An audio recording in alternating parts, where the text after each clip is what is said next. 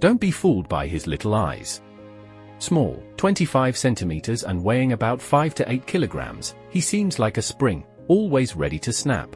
But is the Jack Russell as demanding as they say? And why is he so fiery? The Mask Superpowers, the movie, have nothing to do with it. In reality, it all started with the very first Jack Russell, who, spoiler, was not a dog, but a hunting priest. But first, follow us, like, and subscribe to our channel to help us adequately disseminate dog breeds.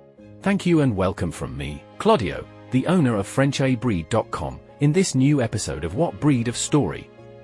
So, we have to go back to 1795, when Russell, John Russell, or Jack to his friends, was born in Dartmouth, England.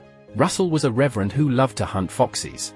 At the time, to locate prey, English foxhounds were used for their scent and various smaller dogs that, in general, were called fox terriers, from the union of fox, which means fox, and terrier, from the Latin land. In practice, these dogs specialized in flushing out foxes hidden underground. But good old Jack was not satisfied with the fox terriers around, so he probably thought, he who does it himself does it for three. He bought this little dog, Trump, here from a milkman and began to mate her with other dogs he selected to obtain the perfect flushing dog with the following characteristics. Listen carefully. First, it had to be predominantly white to avoid being confused with foxes. The coat had to be robust to protect the body from water and cold. The limbs had to be straight as arrows, as Russell used to say. Then, it had to have courage, resistance, and size and height similar to those of foxes to sneak into their dens. It is not known for certain which breeds he used for selection. Some speak of border terriers, Lakeland terriers, and even bulldogs and beagles. In this way, by the will of the Reverend Hunter, the first ancestors of the modern Jack Russells were eventually born. But be careful! From those dogs, not only the Jack Russell but also its twins, with longer limbs, developed, which, since 2017, has become a breed called Parson Russell Terrier. Parson refers to the word reverend, or instead of shepherd, who can be termed parson in English. Despite its ancient origins, the Jack Russell was only officially recognized by the Fédération Cynologique Internationale, FCI, in 2000. This is because the work of enthusiasts who followed in Russell's footsteps after his death was interrupted on several occasions and for various reasons, such as the 2 World Wars.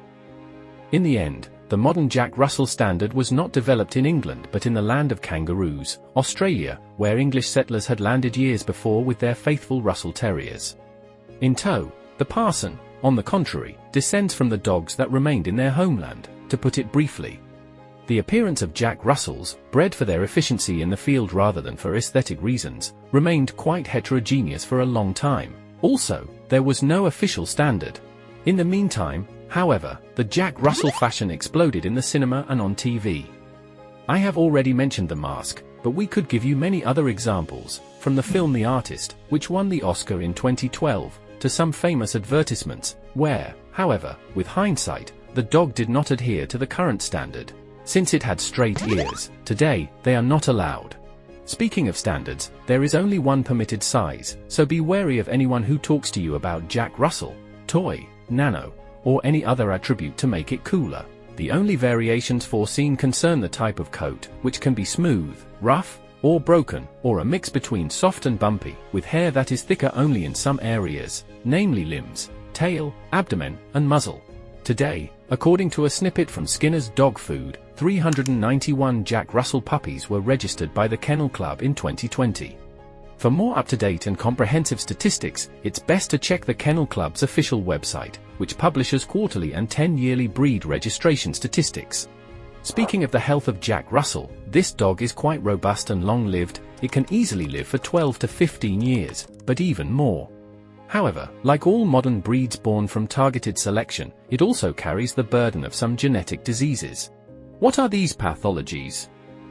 Surely, those related to the eyes, cataracts, glaucoma, and crystalline lens dislocation consist of precisely a displacement of the lens or the organ inside the eye that focuses images. Another dislocation of a completely different type to which these dogs are subject is patellar luxation, which manifests itself with the patella moving from its normal position, causing lameness in the dog.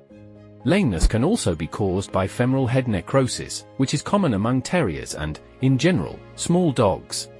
Finally, among the diseases they are predisposed to, we can point out diabetes, heart disease, ear infections, and deafness, which are not very frequent. For the rest, also to avoid dermatological problems, hair care must not be missed with frequent brushing. If Jack Russell has rough hair, stripping is also recommended, which has nothing to do with the nightclub, but it is a grooming technique that serves to remove dead hair. That said, what is it like to live with a Jack Russell? Do you remember the identikit of the dog created by the Reverend Hunter Jack? He wanted a brave and determined dog, and we can say he succeeded.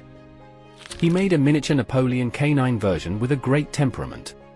On the other hand, think about it, to find foxes or badgers and chase them into their homes, courage and obstinacy were not only helpful but necessary.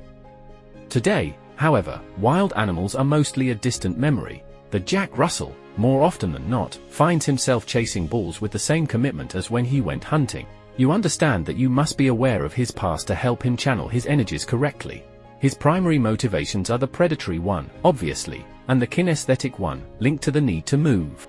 Then there is the territorial motivation, the scouting motivation, the possessive motivation, and, above all, the competitive one. But little Jack also has a strong affiliative need, a motivation that allows him to be a reliable right-hand man during hunting trips. As for social motivation, a lot depends on how much the dog has been accustomed to socializing since he was a puppy. But it is still better to avoid dog areas that are too crowded and risk being chaotic and irritating due to Jack's exuberance. As usual, this is a generalized identification of the breed, not an instruction manual, because each dog is an individual that must be known for its uniqueness. Be careful not to consider him a stuffed toy because of his size. You can't expect to abandon him like that to a child, for example, expecting him to let himself be treated like a puppet and do anything to you without reacting. This idea of the babysitter dog or, worse, of the toy dog is very wrong, especially considering that little ones are unaware of the limits to respect and much less the ability or sensitivity to read the body language of their four-legged companion. I have already said it in other episodes, but it is good to reiterate that you must constantly monitor dog-child interactions regardless of the breed. I recommend walks in the open air as an activity for him. This will allow Jack to sniff around, run, and discover new stimuli that are not exclusively chasing a ball. Here, dedicating the right amount of time is a lot of time. With Jack Russell, life with him can be fun and fulfilling for everyone.